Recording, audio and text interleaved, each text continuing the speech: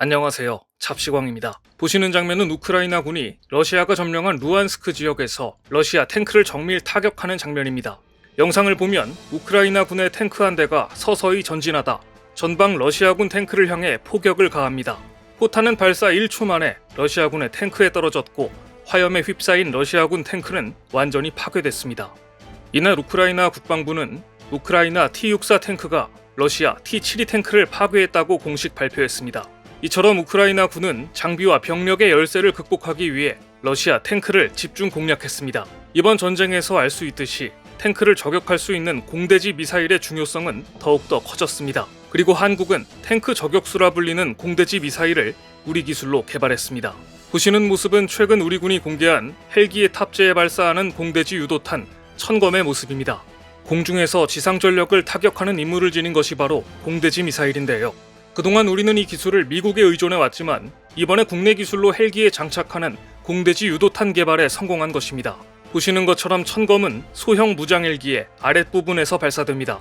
하늘의 검이란 뜻의 천검은 영문으로는 탱크 스나이퍼, 즉 탱크 저격수라는 의미를 담고 있습니다. 저격수답게 수 킬로미터 떨어진 지상의 표적을 향해 날아가 원점을 정확히 타격합니다. 천검 유도탄의 길이는 1.7m, 지름은 15cm, 무게는 35kg이며 사거리는 약 8km입니다.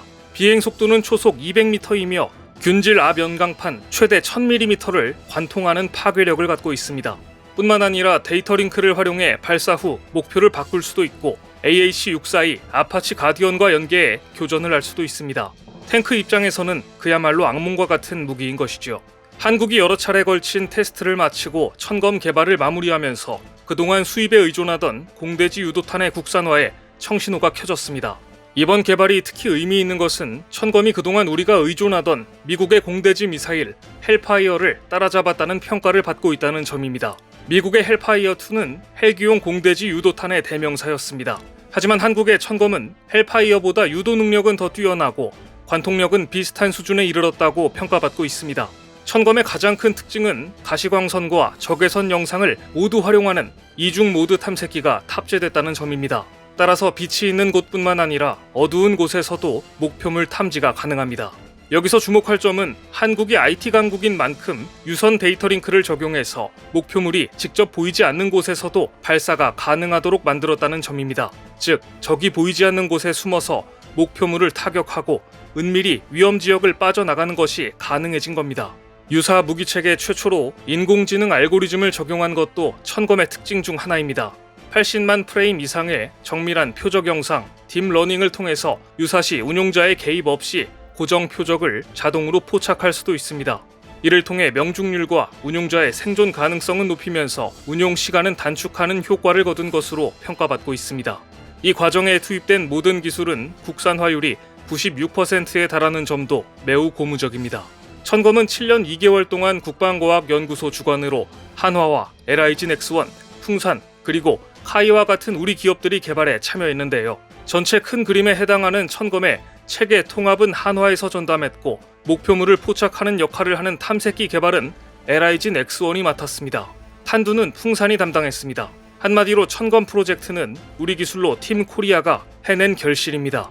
그런데 한국은 탱크 저격기 천검을 개발할 때 천검 맞춤형 소형 무장 헬기도 함께 개발해버렸습니다. 그야말로 물 들어올 때 노를 제대로 저은 것인데요. 한국항공우주산업 카이는 독보적인 기술력을 바탕으로 소형 무장 헬기 개발 사업에 착수했고 결국 이렇게 우리 기술로 소형 무장 헬기에 공대지 유도탄 천검을 탑재할 수 있는 날이 온 것입니다.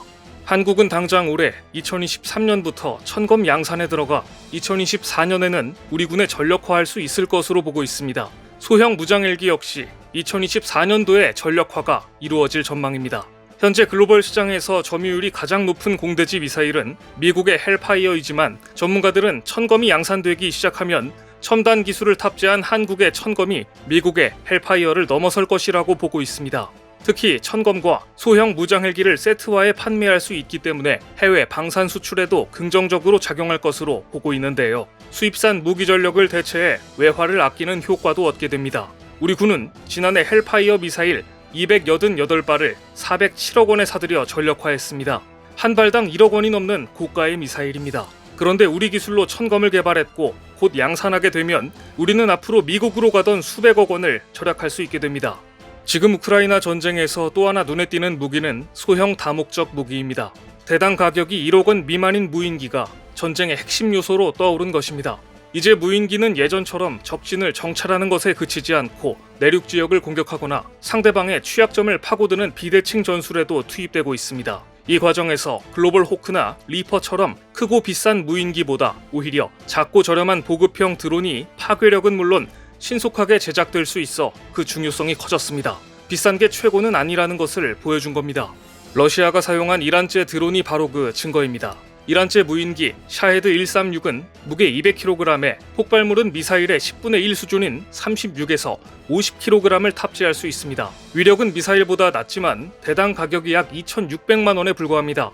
수억에서 수십억 원에 달하는 미사일보다 훨씬 저렴합니다. 그런데도 최대 2,500km를 날아가 표적을 정확히 타격할 수 있고 크기가 작아 레이더에 잘 포착되지 않고 여러 대를 야간에 이륙시키면 요격이 쉽지 않다는 점에서 러시아가 많이 사용하고 있습니다.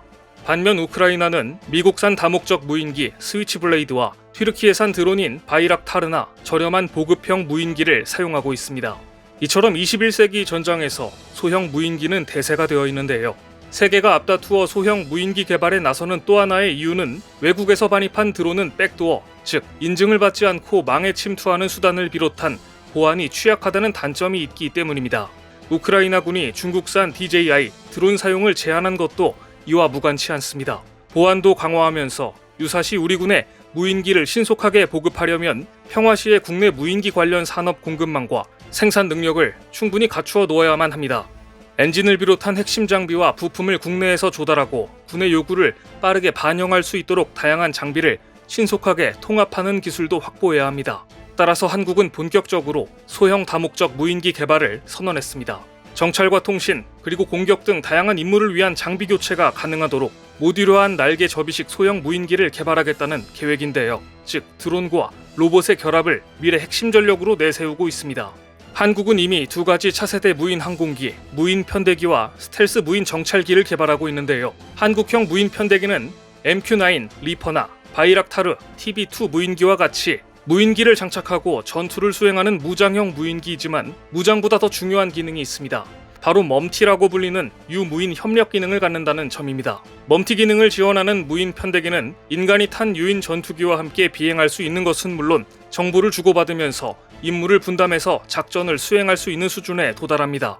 즉 유인 전투기가 적을 탐지하면 그 정보를 무인 편대기에 전달해서 몰래 미사일을 발사하여 적 비행기를 격추하거나 유인 전투기가 표적에 진입하기 전에 먼저 적 영공으로 침투하여 유인 전투기를 위협하는 지대공 미사일을 공격하여 유인기가 안전하게 작전할 수 있도록 팀워크를 이룰 수 있는 기능을 갖추는 것입니다. 또한 한국형 스텔스 무인 정찰기는 미국의 X-47B 무인 공격기와 RQ-180 스텔스 정찰기의 장점을 결합한 람다 날개 모양의 전파 흡수 물질과 전파 흡수 구조를 사용해서 다양한 종류의 레이더 탐지를 모두 피할 수 있는 광대역 스텔스 기능을 갖출 예정입니다.